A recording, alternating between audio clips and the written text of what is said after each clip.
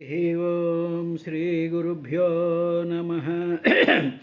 ఎని గుణంబులు కర్ణేంద్రియంబులు శోకదేహతపంబులు తీరిపోవు, ఏని శుభాకారమిక్షింప కన్నులకు అఖిలార్థలభంబు కలుగుచుండు.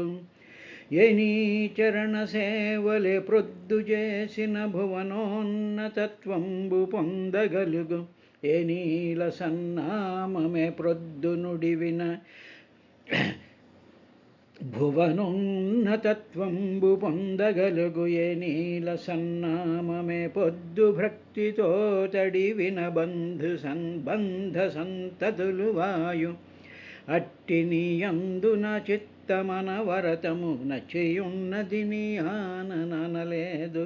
కరుణ జోడు ముఖం సారి ఖలవిదారి శ్రీయుతకార మణిని చిత్తచోర. ప్రాణేశని మంజు భాషలు వినలేని కర్ణరంధ్రంబుల కలిమియేల. పురుషరత్నమ నీవు భోగింపగాలేని తనులతవలని సౌందర్యమేల. భువన మోహన నిను పొడగానగాలేని చక్షురింద్రియముల సత్వమేల. దైతనీయధరామృతం బానగాలేని జింవకు ఫలరస సిద్ధియేల. నిరజాతనయన నీ వనమాలిక గంధమబ్బలేని ఘ్రాణమేల. ధన్యచరిత నీకు దస్యంబుసేయని జన్మమేలయన్ని జన్మములకు. శ్రీయుతమూర్తివో పురుష సింహము పాలి సొమ్ము గోమాయువు కోరు చందమున. మత్తుడు చైద్యుడు నీ పదాంబుజధ్యాయిని అయిన నన్ను వడితా గునిపోవుచునంచున్నవాడు. ఆ అధమాధముండెరుగడద్భుతమైన భవత్ ప్రతాపముల్. అంకిలి చెప్పలేదు చతురంగ బల్లంబుల తోడ ఎల్లి. ఓ పంకజనాభ నీవు శిశుపాల జరాసుతులంజయించిన వంకకు వచ్చి.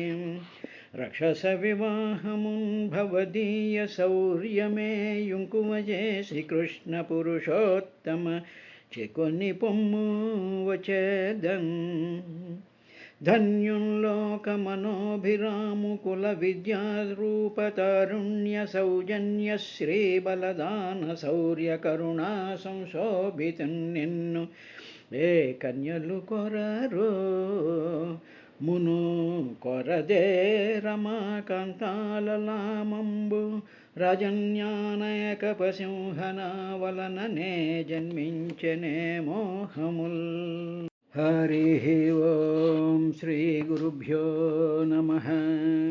పంచమస్కంధంలో సప్తమోధ్యాయం 7వ అధ్యాయంలో భరతుడి యొక్క ఋషభ చక్రవర్తి పెద్ద కుమారుడైనటువంటి భరతుడి యొక్క చరిత్ర మనకి ఇందులో కనిపిస్తుంది.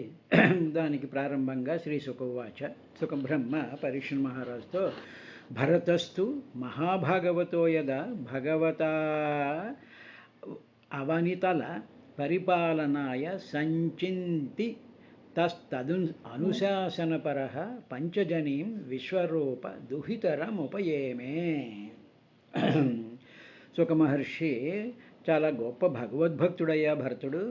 ఆ భగవద్భక్తుడైనటువంటి వాడు చాలా స్టెబిలిటీ మనసు ఉన్నటువంటి వాడు. అందరూ కూడా మెచ్చుకునేటువంటి తత్వం కలిగినటువంటి ఆ భగవద్భక్తుడైనటువంటి భరతుడి రాజ్యం ఏలాలి అని చెప్పి ఋషభ మహర్షి, ఆ ఋషభదేవుడు సంకల్పించాడు. ఆయన మనసులో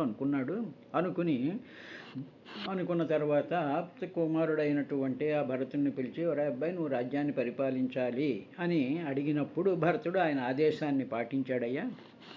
పాటించిన తర్వాత రాజుగారు అయ్యాడు.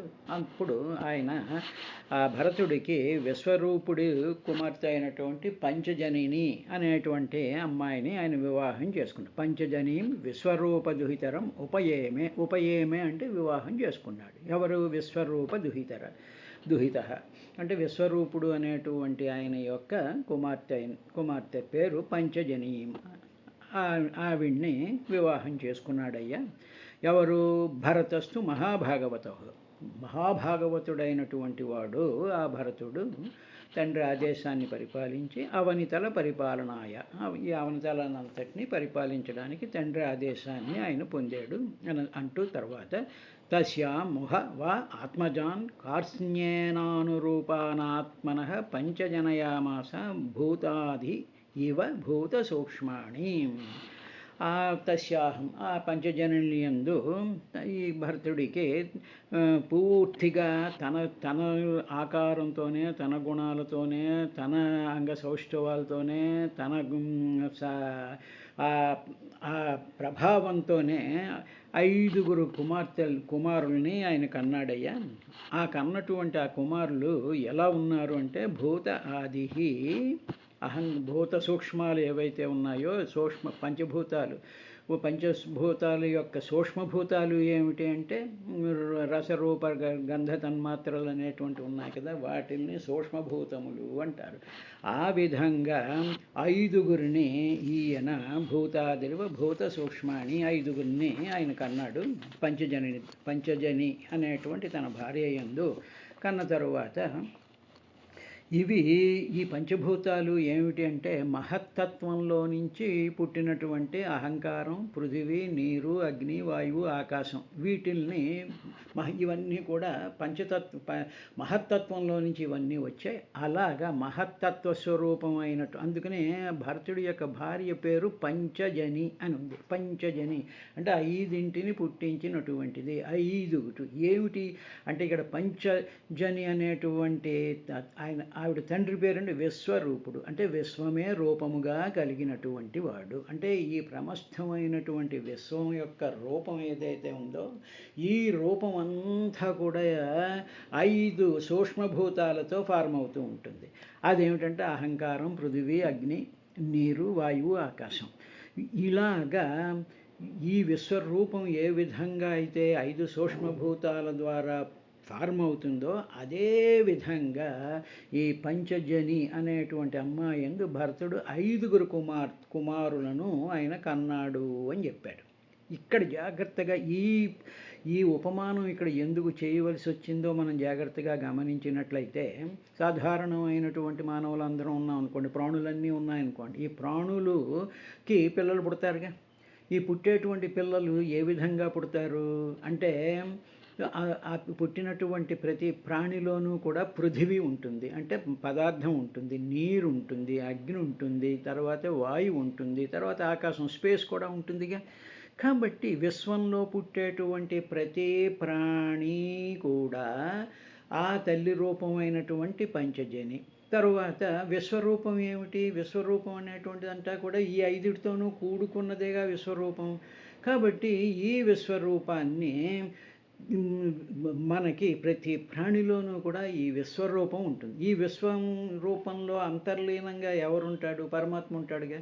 అంటే ఏమిటన్నమాట, ప్రతి ప్రాణి యొక్క అంతరాలలో పరమాత్మను ఆశ్రయంగా చేసుకుని ఆ మహత్తత్వంలో నుంచి పంచభూతాత్మకము, పంచకోశాత్మకము, పంచప్రాణాత్మకము, పంచ తన్మాత్రకం అయినటువంటి సృష్టి వస్తోంది అనేటువంటి విషయాన్ని సుఖబ్రహ్మ చాలా సింపుల్గా ఉపమానంతో మనకి ఆయన చెప్పాడు.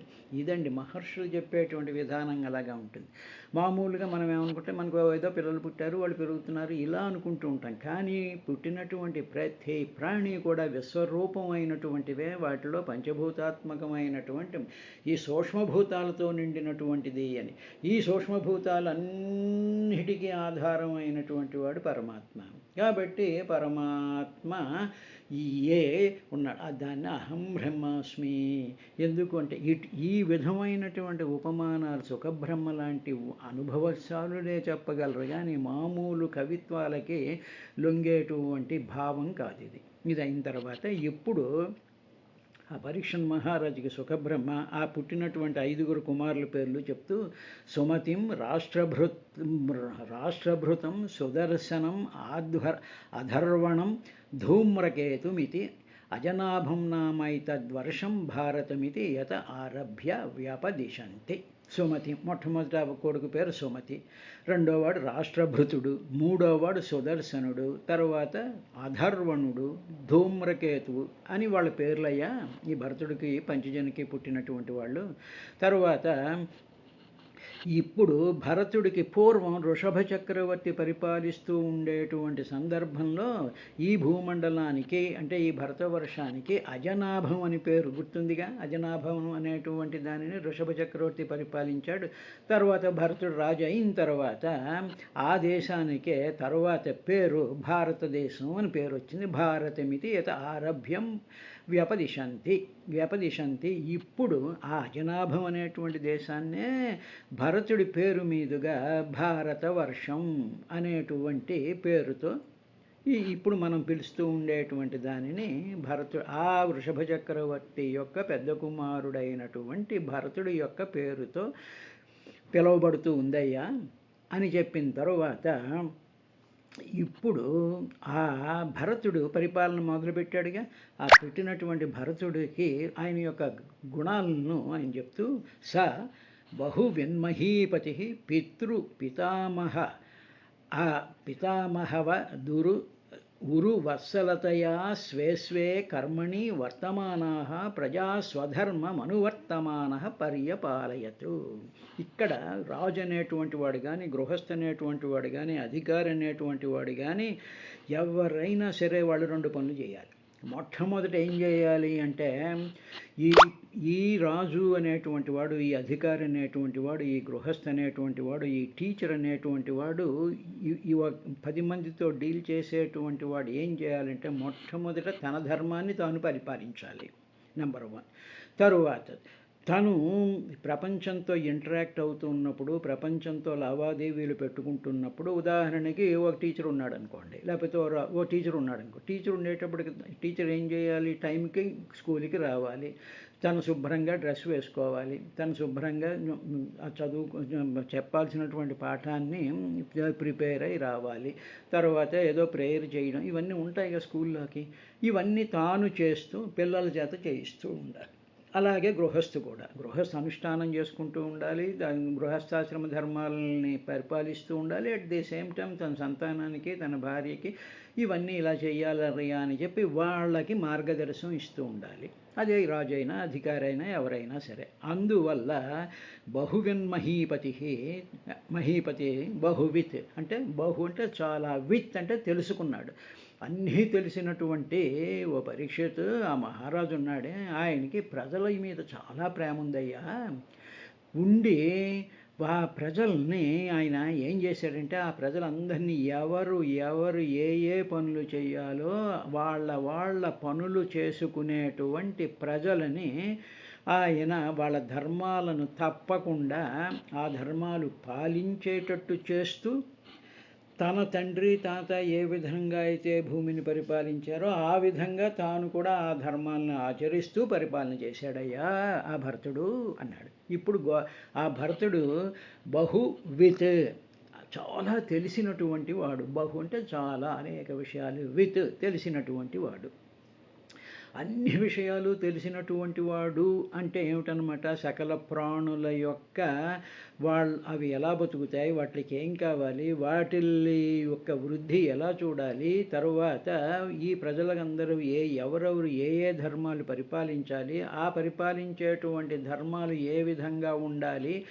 అని చెప్పి సమస్త విషయాలు, ప్రకృతిలో ఉండేటువంటి విషయాలు బాగా తెలుసుకున్నటువంటి వాడు. అంటే రాజు అనేటువంటి వాడు వెర్సటైల్ అయి ఉండాలి, అన్నీ తెలుసుకుని ఉండాలి, అన్నిటి మీద ఒక సమగ్రమైనటువంటి భావం ఉండాలి. ఏది మంచి, ఏది చెడు, ఏది చెయ్యాలి, ఏది చెయ్యకూడదు, ఏది పుణ్యం, ఏది పాపం అనేటువంటి సమస్త విషయాల మీద అవగాహన ఉండడాన్ని బహువిత్ అంటారు. అటువంటి మహీపతి, అటువంటి వాడయ్యా అతను ఆ రాజు. తరువాత ఆయన వత్సలతయా, చాలా ప్రేమతో ఉంటాడు తను పరిపాలించేటువంటి ప్రజల మీద అన్నాడు. అంటే ఈ పరిపాలన చేసేటువంటి వాళ్ళకి, వాళ్ళు కాంటాక్ట్లోకి వచ్చేటువంటి వాళ్ళందరి మీద కూడా వత్సలత ఉండాలి, మొట్టమొదటి ప్రేమ ఉండాలి. ఆ తరువాత వాళ్ళని సరైనటువంటి మార్గదర్శనంలో పెట్టాలి, వాళ్ళని ట్రైన్ చేస్తూ ఉండాలి. ఇవన్నీ కూడా ఋషభ చక్రవర్తి చేశాడని చెప్పానుగా, అనుశిక్షయన్నాడుగా. సో ఆ విధంగా తండ్రి తాత అయినటువంటి ఆ ప్రియవ్రత మహారాజుని ఈ భరతుడు నీట్గా పరిపాలిస్తూ ఉండేవాడయ్యా. ఇలా ఉండేటువంటి ఆ భరత చక్రవర్తి ఈజే ఆయన ఆరాధిస్తూ ఉండేవాడు.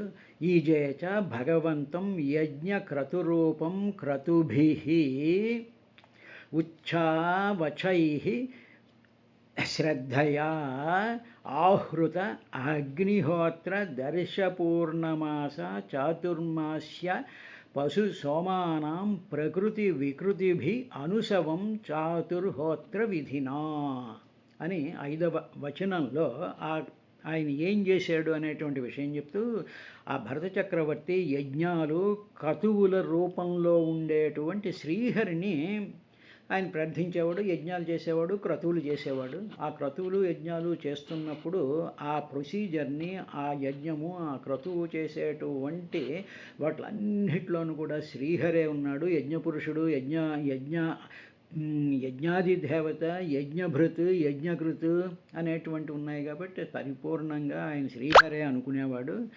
ఆ తర్వాత భరతుడు ఆయా కాలాలలో చేసేటువంటి అగ్నిహోత్రం అని, దర్శమని, పూర్ణమాసమని, చాతుర్మాసమని, పశుయాగం అని, సోమయాగం అని అనేటువంటివి చిన్నవి పెద్ద పెద్ద యాగాలు చాలా శ్రద్ధగా చేసేవాడయ్యా. అంటే ఏమిటి? అగ్నిహోత్రం అనేటువంటిది ఒక యాగం, దర్శ అనేటువంటి యాగం, పూర్ణమాసం, చాతుర్మాసం, పశుయాగం, సోమయాగం, ఇంకా వేదంలో చెప్పబడినటువంటి అన్ని రకాలైనటువంటి యాగాలు, చిన్నవి పెద్దవి అన్నీ కూడా ఆయన చాలా శ్రద్ధగా చేసేవాడు. ఇలా చేస్తున్నప్పుడు నేను చేస్తున్నాను, నేను ఇంత గొప్పవాణ్ణి అనుకోకుండా శ్రద్ధగా చేసినటువంటి చిన్న పనైనా పెద్ద పనైనా అదంతా కూడా శ్రీహరే.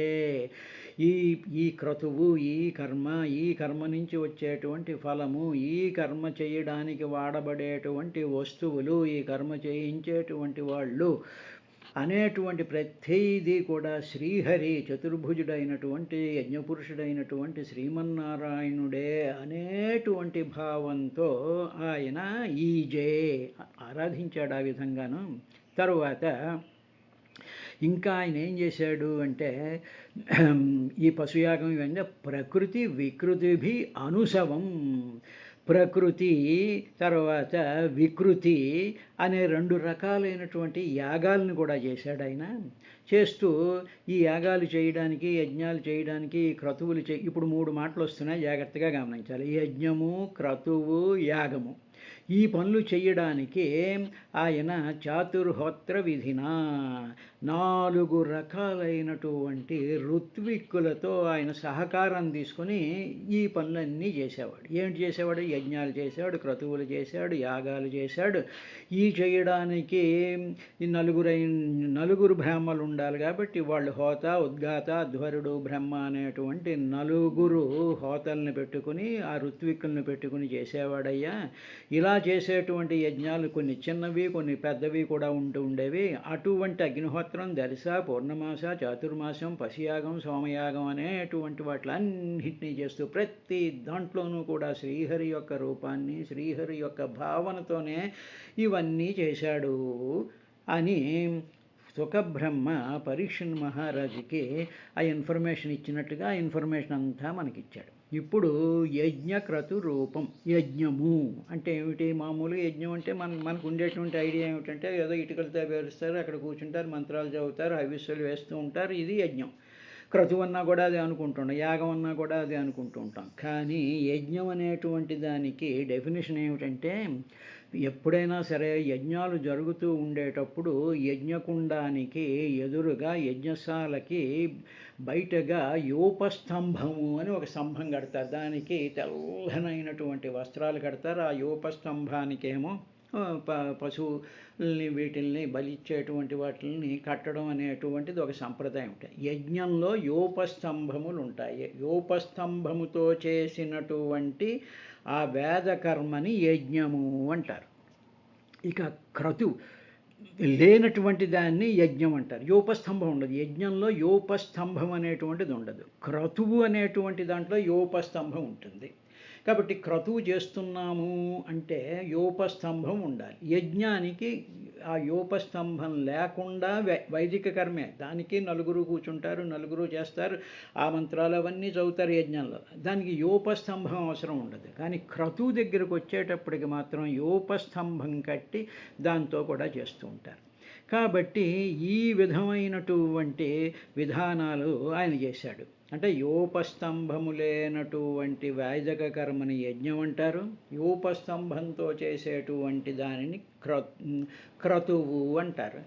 ఈ విధంగా ఆయన చిన్న చిన్నవి పెద్ద పెద్దవి అయినటువంటి అనేక రకాలైనటువంటి ఇవి చేశారు. తర్వాత ప్రకృతి వికృతి అనేటువంటి 2 యాగాలను కూడా ఆయన ఆచరించాడు అని చెప్పారు. యజ్ఞము, క్రతువు, ప్రకృతి, వికృతి అనేటువంటివి మళ్ళీ ఆచరించాట. ప్రకృతి అంటే ఏమిటి అంటే పూర్తి అంగాలతో కూడుకున్నటువంటి క్రతువు. అంటే ఏమిటి? ఇప్పుడు ఒక క్రతువు చేస్తున్నాం అనుకోండి. ఆ క్రతువు చేస్తున్నప్పుడు మొత్తం ఉండవలసిన, ఆ క్రతువుకు కావలసినటువంటి అన్ని అంగాలు ఉండాలి, అన్ని అంత మెటీరియల్ ఉండాలి, అన్ని మంత్రాలు ఉండాలి, దానికి కావలసినటువంటి సమస్తమైనటువంటి వేదంలో చెప్పబడినటువంటి సమస్తమైనటువంటి వస్తుజాలాలు, హవిస్సులు, మిగతా ఆ యజ్ఞానికి ఆ యజ్ఞకుండాలని నిర్మించడానికి ఉండేటి చెప్పబడినటువంటి ఆ జామెట్రికల్ కాన్ఫిగరేషన్స్, తర్వాత అది క్రతువు కాబట్టి యోపస్తంభము, ఇవన్నీ ఉండాలి. పూర్తి అంగాలతో కూడుకున్నటువంటి క్రతువుని ప్రకృతి యాగము అంటారు. తర్వాత వికృతి యాగము అంటే ఈ పూర్తి అంగాలు ఉండవు. పూర్తిగా కొన్ని ఉంటాయి, కొన్ని మాత్రమే ఉంటాయి. అది కూడా క్రతువే. క్రతువు అంటే యోపస్తంభం ఉంటుంది. వికృతి అంటే ఏమిటి?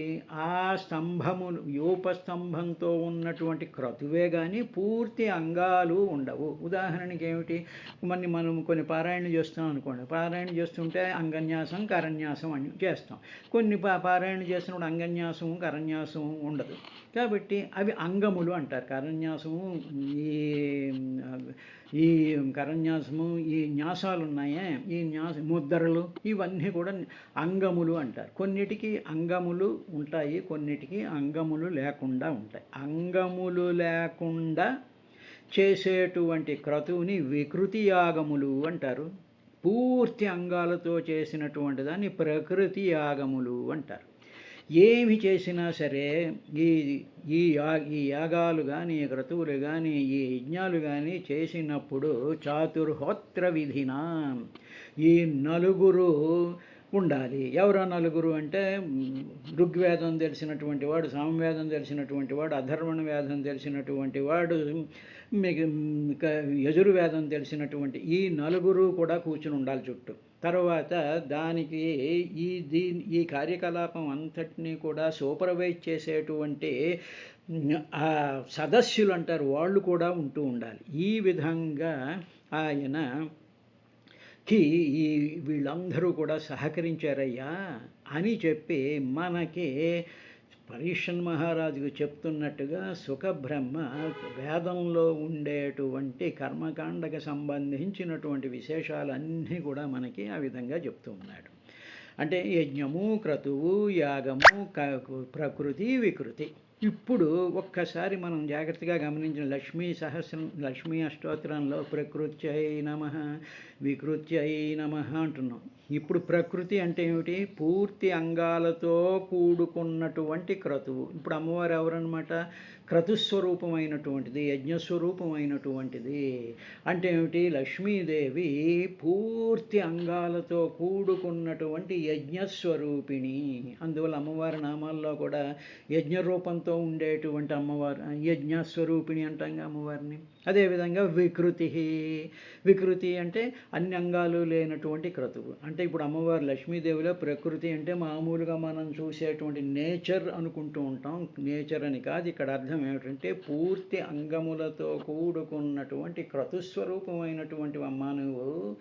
ఎందుకు నిన్ను అలా అంటున్నావు అంటే, నీవు శ్రీ మహావిష్ణువు యొక్క వక్షస్థలంలో విరాజిల్లుతున్నావు. ఆ శ్రీ మహావిష్ణువు ఎవరు? యజ్ఞస్వరూపుడు, యజ్ఞభృగు, యజ్ఞ విధాత, యజ్ఞస్వరూపుడైనటువంటి వాడు. ఆ యజ్ఞస్వరూపుడైనటువంటి వాడిలో నీవు అనపాయంగా ఉన్నావు కాబట్టి నువ్వు కూడా ప్రకృతి స్వరూపమైనటువంటి క్రతుస్వరూపమే అని ఆ ప్రకృతి వికృతి అనేటువంటి నామాల్లో అర్థం అది.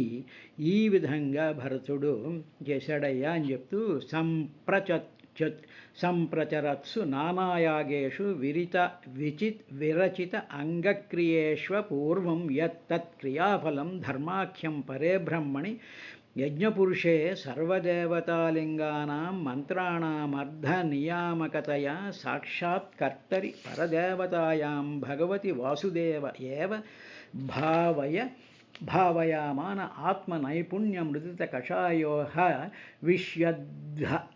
అధ్వర్యుభిర్గృహ్యమాణేషు స యజమానో యజ్ఞభాజో దేవాంస్తాన్ పురుషావయవేష్వభ్యధ్యాయత్ అనేటువంటి విషయాన్ని రేపటి కార్యక్రమంలో చూద్దాం. ఇది కూడా యజ్ఞాలకి సంబంధించినటువంటి విశేషాలకే ఆ చేసినటువంటి ఏ విధంగా చేయబడింది ఏమిటి, ఆ వచ్చేటువంటి ఫలాలు ఏమిటి అనేటువంటి విషయాన్ని సుఖబ్రహ్మ పరిషన్ మహారాజుకు చెప్పినటువంటి ఈ 6వ వచనాన్ని రేపటి కార్యక్రమంలో చూద్దాం.